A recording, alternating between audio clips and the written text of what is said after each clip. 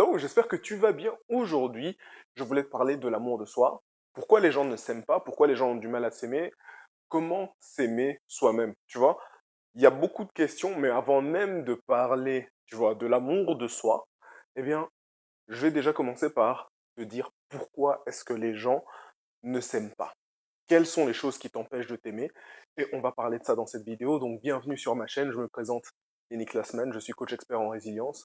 Mon but au travers de cette chaîne, c'est de te montrer que peu importe ton vécu, ce n'est pas une excuse pour passer à côté du bonheur. Donc, like, abonne-toi, active la cloche. Comme ça, tu ne manqueras aucune de mes prochaines vidéos. Car je vais parler de l'amour de soi, justement, dans les prochaines semaines. Et de toutes les bases qui nourrissent tout ça. Donc, la première des choses, tu vois, c'est un peu bateau. Tu le sais très bien. Mais ce sont les normes sociales. Pourquoi? Parce qu'en fait, à l'heure actuelle, les standards, ils évoluent tout le temps. Et à partir du moment où tu veux te comparer à des modèles ou à des standards qui ne sont pas les tiens, qui ne te ressemblent pas, tu vois, parce que quand tu regardes aujourd'hui à l'heure des réseaux sociaux, il y a énormément de personnes sur Instagram, par exemple, qui ont certains physiques et qui parfois utilisent la chirurgie pour aller jusqu'à se changer.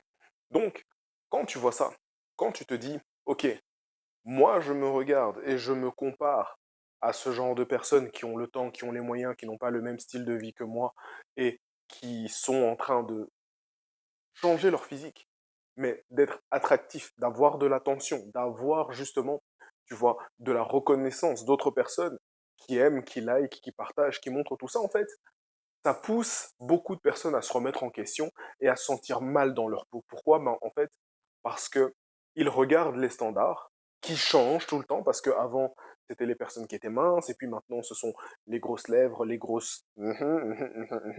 Donc, voilà, tu vois très bien ce à quoi la société, en fait, tend.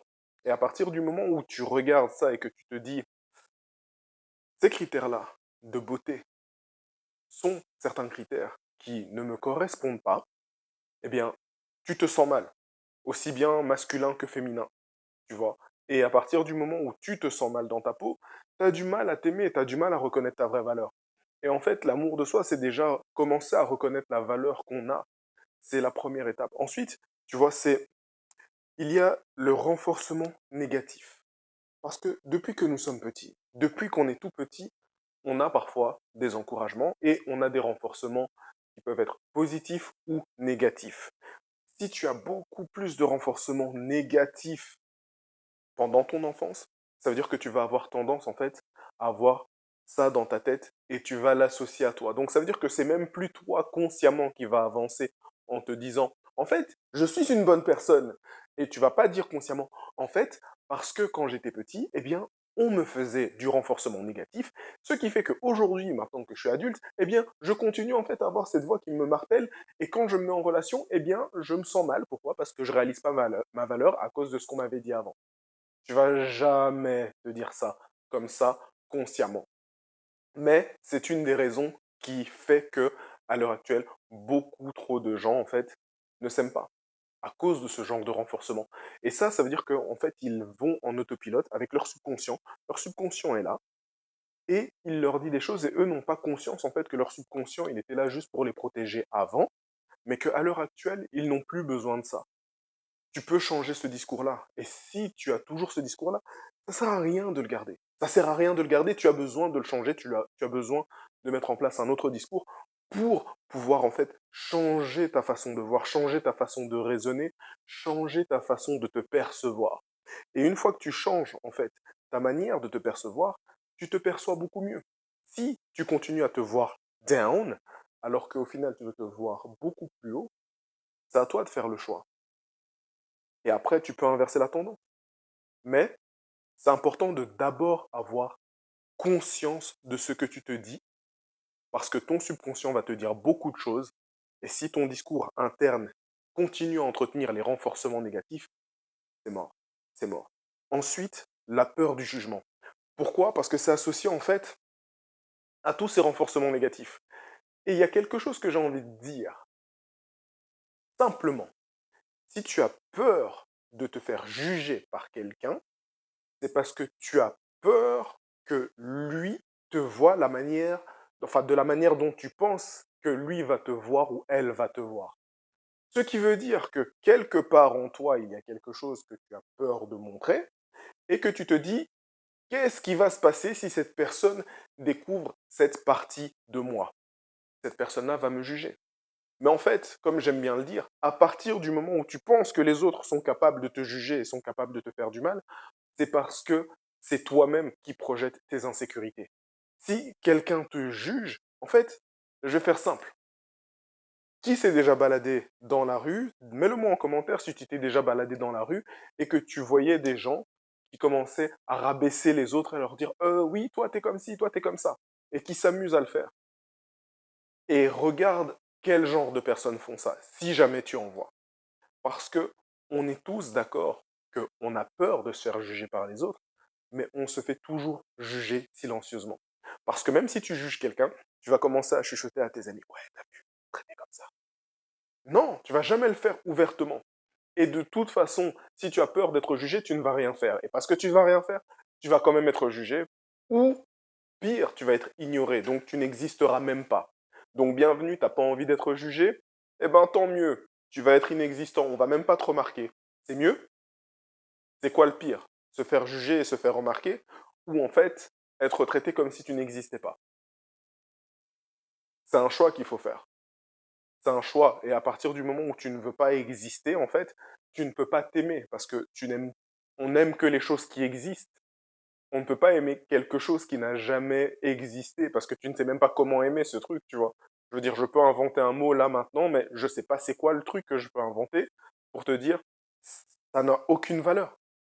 Et je ne peux pas aimer quelque chose qui n'a jamais été créé. Et toi non plus. Toi non plus, tu ne peux pas.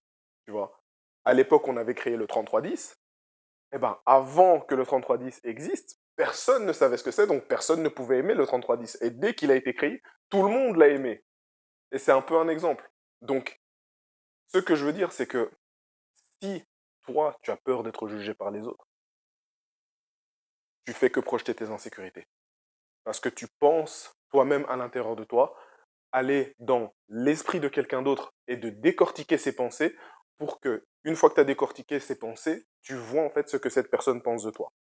Au final, si tu penses de toi ce que tu as envie de partager au monde, tu n'as plus besoin d'avoir peur d'être jugé. Tout simplement parce que c'est toi qui contrôles le narratif. Et donc, la comparaison, c'est aussi quelque chose qui tue énormément.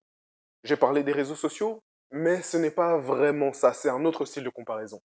Tu vois, il y a le fait d'avoir les normes de beauté, ok, mais il y a le fait de comparer sa vie avec celle de quelqu'un d'autre. Et tu vois, il y a deux amis qui se rencontrent, et tu as un des amis qui est bien, qui a une forme physique de dingue, qui a énormément d'argent, qui part en voyage toute l'année. Et il parle avec son autre ami, qui est posé chez lui, qui a une femme, qui a des enfants, qui a un petit métier, tu vois, comme on dit 9 to 5, donc le métro boulot dodo, et il passe beaucoup de temps avec sa famille. Et puis ils parlent, ils échangent, ils rigolent, ils rigolent, ils rigolent, et chacun, à la fin de la soirée, se fait un gros câlin et rentre chez soi. Et t'as le premier, celui qui a du succès, il rentre chez soi dans sa maison vide et il se dit, ah, mon pote, il a vraiment de la chance en fait.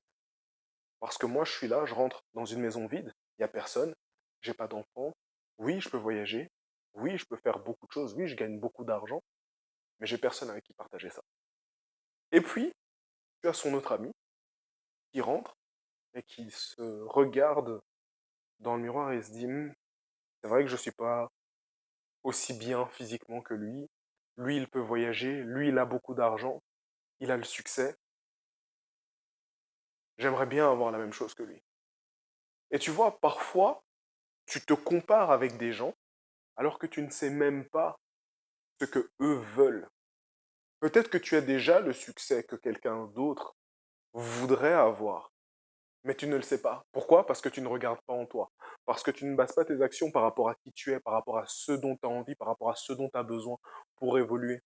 Et à force de te comparer, il y a quelque chose que tu oublies, c'est que tout le monde ne part pas du même point de départ. Et tout le monde ne fournit pas les mêmes efforts.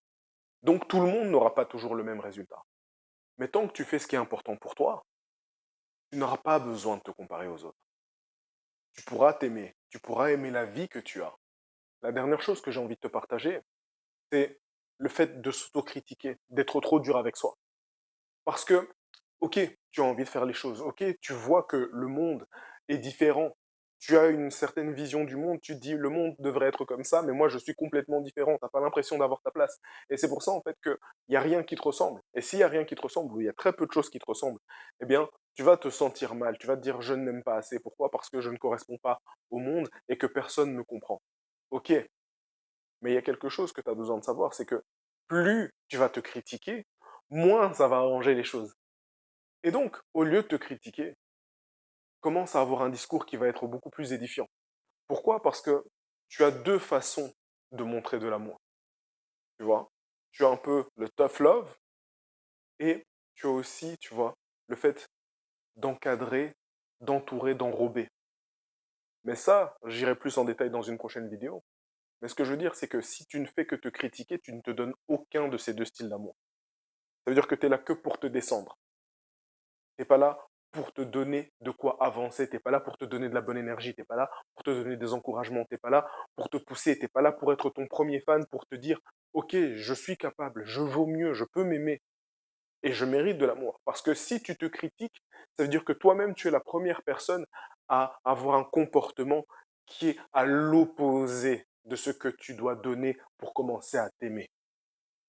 Parce que la critique, si nous le faisons, ce n'est pas une critique constructive. Pourquoi? Parce qu'on n'apprend pas à se critiquer de manière constructive, intuitivement.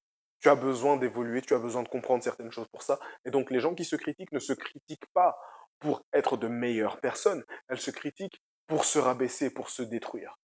Alors, au lieu de te critiquer, si tu te vois te critiquer, tu te dis non, j'arrête, je me donne quelque chose pour m'encourager à devenir meilleur. Comme ça, je vais pouvoir m'aimer plus. Et c'est la meilleure chose que tu peux faire. J'espère que tu as apprécié cette vidéo. N'oublie pas de t'abonner et d'activer la cloche parce qu'il y aura d'autres contenus sur comment apprendre à t'aimer. J'espère que tu as apprécié. Je te dis à la semaine prochaine.